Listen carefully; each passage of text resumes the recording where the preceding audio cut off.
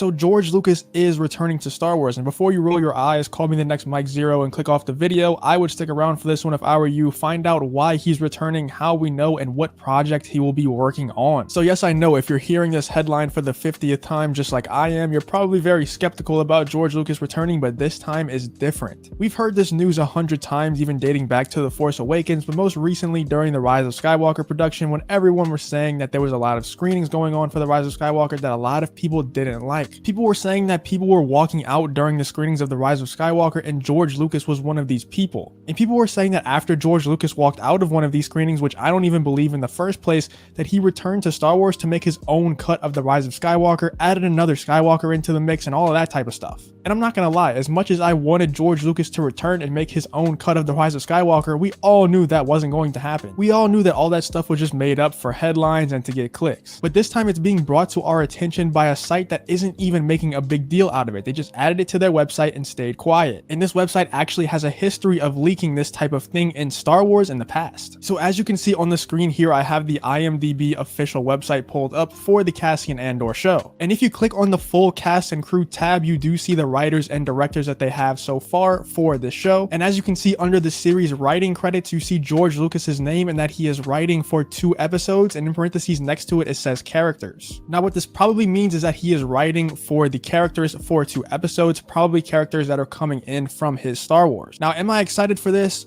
Absolutely, I'm excited for this. Not only am I extremely excited for George Lucas coming to write for the Andor show, but I'm just excited for him being involved in Star Wars again. This will open the door for him to come back, hopefully for many more projects after this. I'm very surprised that he's not coming back for a Filoni and Favreau production. I feel like that's very weird because he has been on set for The Mandalorian multiple times, and it seemed like always if George was to come back, it was going to be for a Filoni and Favreau production. But I'm not complaining, I'm glad that he's just back in general. Now, do I think George Lucas will come back to direct an entire Star Wars movie or even a Star Wars trilogy? No, I don't think that will ever happen again.